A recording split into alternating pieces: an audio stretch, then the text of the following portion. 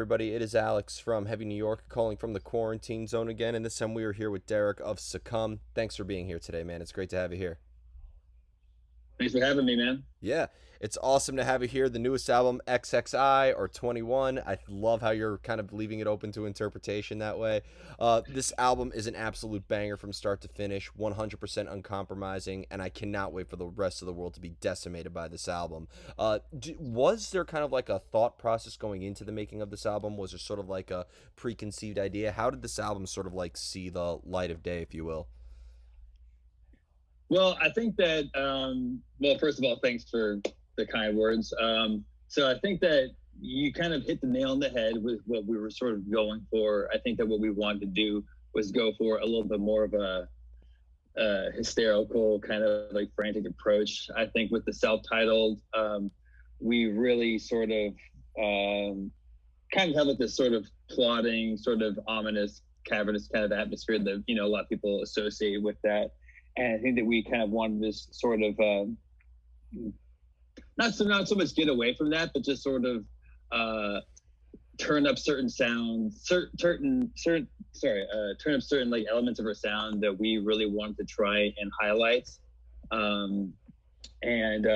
We just kind of wanted to just create a lot more of just like just an atmosphere of fear going on in this sort of album. And I think that that's like really what we wanted to do, an atmosphere, you know just fear, terror. You know an album that has always been like a huge influence for me personally was the first Bestial Warlust album, and Vengeance Foretold Death. And I think that the thing that really kind of strikes me whenever I listen to that album, it's almost like the sound of just close quarters, hand-to-hand combat, just beating someone to death with your bare hands. And I think that like what I wanted to try and capture with this is being on the wrong side of that,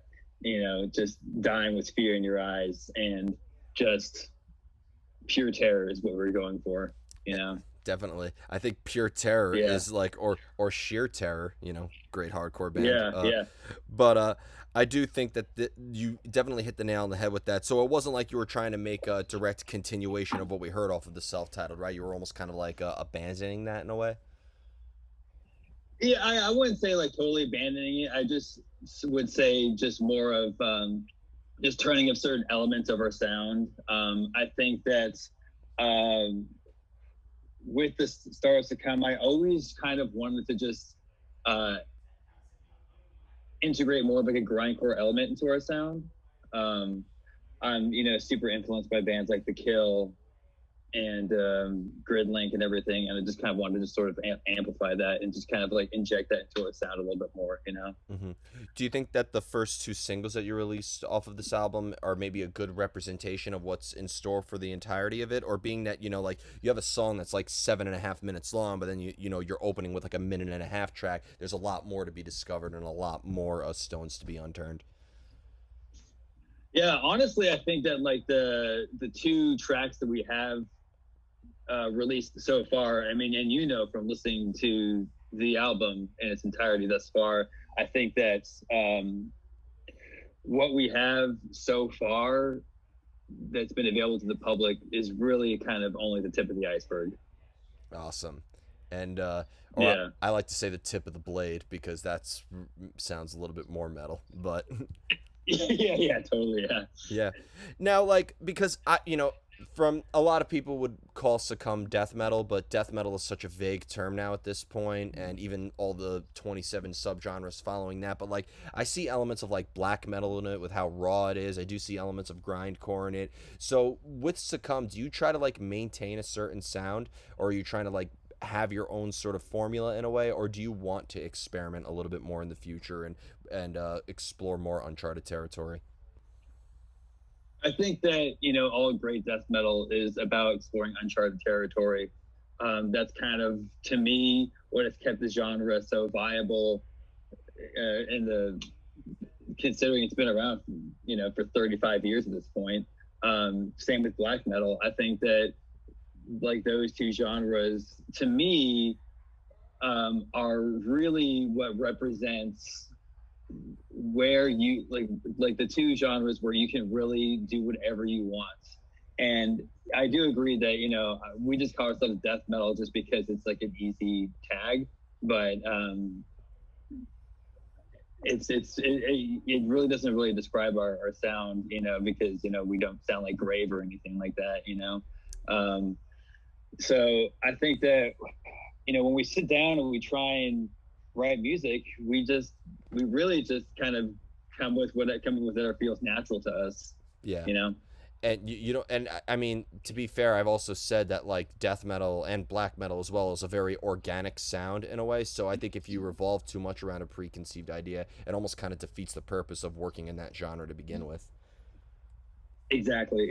I think that like those two genres to me are it's all about pushing yourself. It's all about trying to find the the the sickest riff you can possibly write, and it's never, to me, those two genres are, it's definitely not about resting on your laurels. If you do that, then you're fucking dead in the water.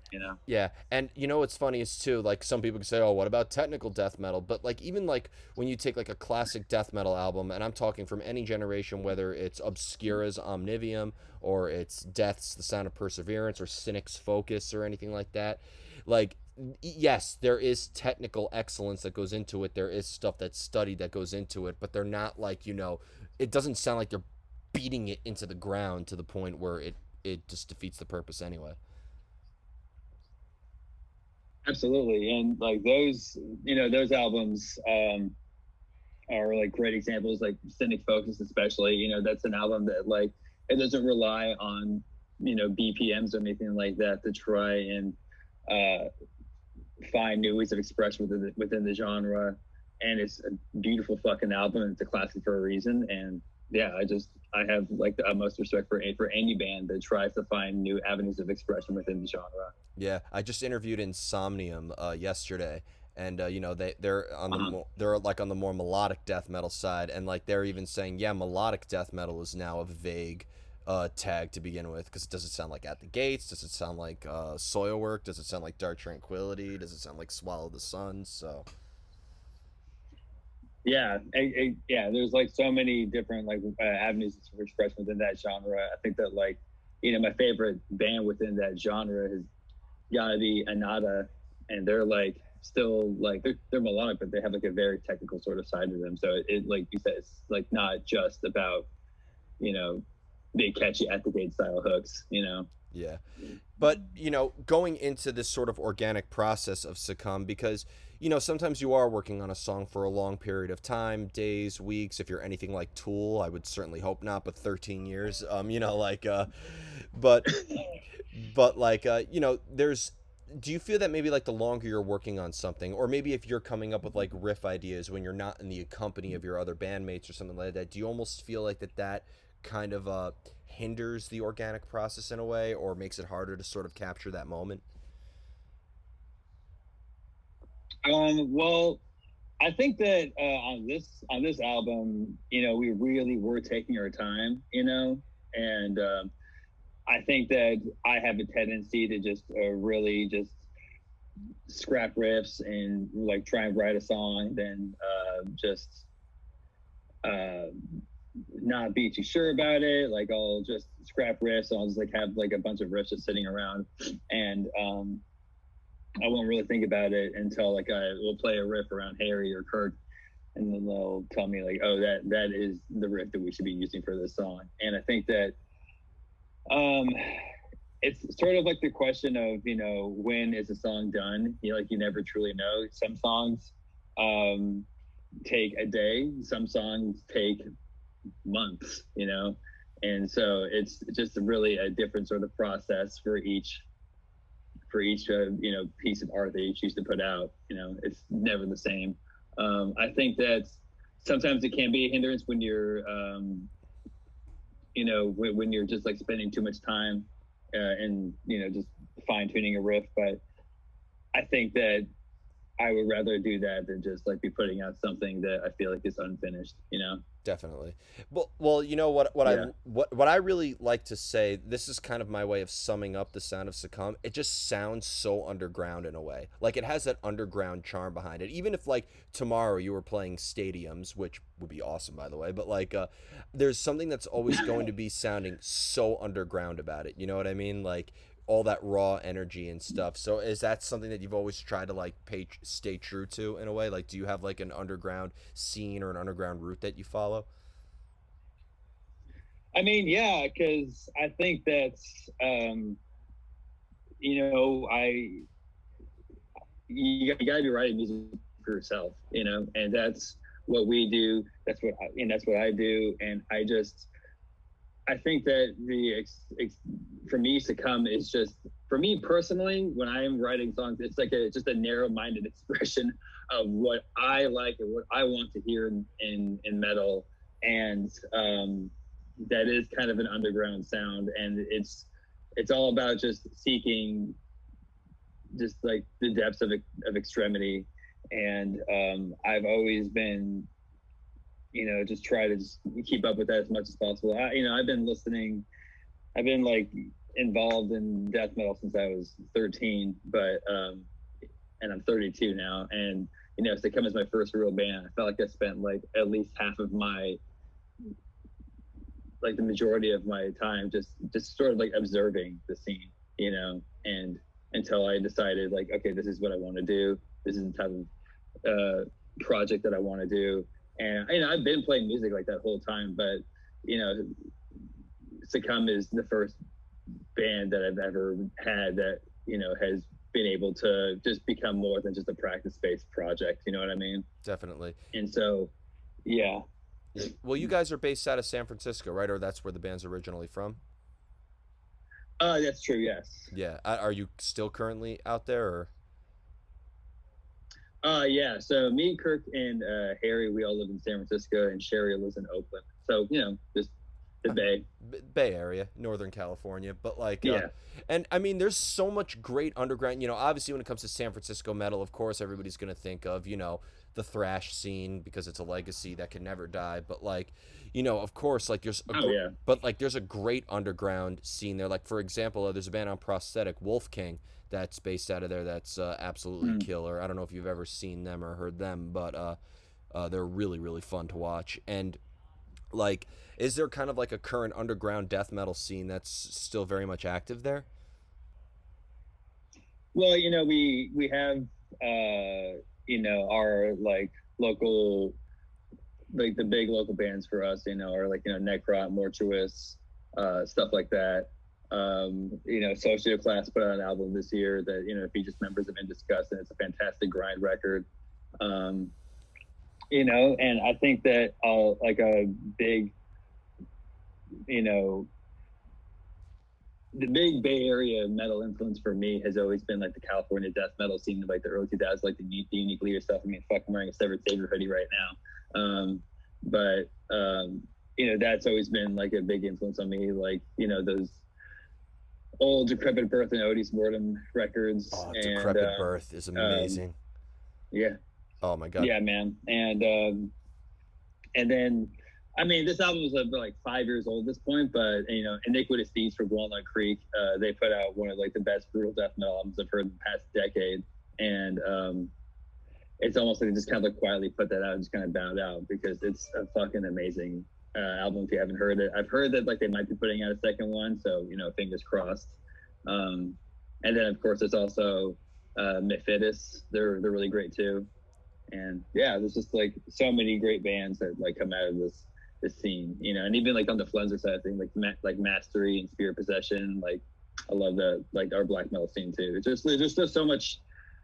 There's just like a wide spectrum of things that are available in the Bay Area in terms of metal. Yeah, I mean, I've only been to San Francisco for 2 nights when I first went out there, and I just went to the Lucky 13 metal bar because we have a Lucky 13 here in Brooklyn, so I just went out there, and I checked out Zeitgeist in 2017 as well, which was a great hangout spot as well. Oh yeah, total great hangout spots. Yeah, yeah. And the tattoo shop next to Zeitgeist is owned by Jeff Whitehead from Leviathan. So, you know, there's a little bit of that everywhere, you know. Hell yeah. And the next question I Yeah. have is probably the stupidest question I have. Artists hate this question, but I'm very, very curious, okay? Because with the record name 21, or, you know, like whatever people want to call it, I think it's cool when, you know, it is sort of like a number, or in this case, or three letters or something like that. So XXI, was there a specific meaning behind this on why you decided to call it that? Well, to be completely honest with you, I leave all of our themes and meetings completely up to Sherry, and so that is a reference to just like in tarot cards and everything. She's really into that sort of thing. I let her just sort of just do what she wants thematically, and just let her just do her thing. Um, and There's a lot more to it that I could tell you that I'm blanking on right now, to be totally honest with you. But Sherry is the mastermind behind like all of our themes and lyrics and everything. I'm just the riff guy, and so I let her do her thing, and yeah, We got we got to get Sherry yeah. on here. If she's into tarot cards. I was just recently at Witch Fest in the city. They had it this year. They brought it back, and oh my god, it was amazing. So Hell yeah, man. yeah, and So yeah, Sherry's the one to talk about that sort of thing. hell yeah. I mean, tarot card themed death metal. I mean, that hasn't necessarily been done before. I mean, witchcraft has been talked about a lot, but I mean, it would be amazing if you guys could do tarot card readings on stage. Pick up a volunteer from the audience. Yeah. I mean, yeah, I wonder what that would be like. Just people doing that in the middle of the pit, you know. But yeah, that'd be funny. I've seen stranger things in the pit before, so Yeah, I've seen Bibles getting lit on fire in the pit. So yeah. I saw a full blown satanic ritual in a mosh pit one time. Oh, right on, right on. Yeah, I don't know Who how are you they seeing? Watain. Oh, yeah, that makes sense. Yeah, Yeah, yeah, yeah. I don't understand how they managed to bring in a bottle of absinthe into the venue. I mean, I don't understand how they were able to do that, but hey, props for making it happen. Yeah, I've seen people bring like crosses that are like this big and just like be like walking around with them inverted. I'm like, how did you bring a like a like a like a 2 foot cross into a venue, you know? But Yeah. hey, I mean, yeah, concert venue security has been getting stricter and stricter, and yet people still manage to bring in some of the most obscure shit for the mosh pit. yeah, man, yeah. But before we go, I want to thank you so much for your time today, and looking forward to the rest of the world hearing this album. Is there just anything else with Succumb that you would like to promote? Please, before you answer that, please bring Succumb to New York City one day. You know, that is our plan. I think that like hopefully we'll be able to get out there in the spring. You know, I feel, you know, a huge, you know, kinship with like the New York scene. You know, I love Artificial Brain. You know, we've gone on tour with the Puron guys. You know, the last Arrhythmia album has been just like in constant rotation for me, pretty much since it come out. You know, I love all that shit. So, yeah, it's a huge influence on me. So hopefully we'll really get there sooner than later, because fuck, it sounds great to go out there, man. Yeah, it's cool to talk with somebody who mentioned too that they were observing the scene. This was actually another question I wanted to ask though. You mentioned that you were observing the scene in San Francisco before you started Succumb. Was there like a pinnacle moment that made that sort of happen? It made me like want to start a band. Yeah. I think that for me is like I've always, you know, ever since I was 15, I was just sort of kind of like sort of just, you know, fucking around with like little projects here and there with like random musicians, and I just kind of had you know, trouble finding like the right personnel for just what I wanted to do. So I can't say there's like any like one specific moment that made me go like this is like my time to start the band. I think that it was honestly like a happy accident that I met the rest of the members of Succumb, because I shared a practice space with those guys with like my old band, and then it was just like a simple thing where they were like, "I like your shirt. You want to start a band?" And I said, "Yeah, sure." And I think I was wearing like a Revenge T-shirt, and they were just like, "Yeah, let's fucking do it." So I like I your think shirt. that I like your shirt yeah, is the line that starts so many bands, so many friendships. I know people who are married because that was the opening line. So yeah, man. It's really as simple as that. It's been the way that that metalheads meet each other since the dawn of the genre. It's been like sick shirt, and that's kind of how it started. And so yeah, I can't say that there was like one particular moment to go like, this is when I'm going to start a band, but I think that it took like a long time of me just sort of just being a fan, really. And I kind of consider myself a fan above everything else, you know. Um, and it just took like a while of me just being a fan, just figuring out like absorbing the music, absorbing the scene, figuring out what I liked, what I didn't like. If I were to start a band, like how would I want to do it, and just kind of just sort of stewing on that for years and years and years before I started to come. fair enough. So is there just anything Yeah. else with Succumb that you would like to promote for Double XI? Uh, well, not much else. The album comes out September 24th.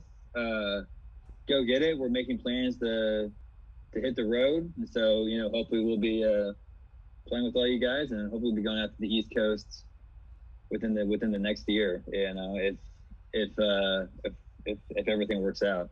Definitely. It's knocking on wood. But thank you so much, Derek. Everybody, Yeah, knocking on wood, man. everybody, we are here with Derek of Succumb. Be sure to check out Double XI coming out September 24th. This is Alex from Heavy New York, and we will see you next time.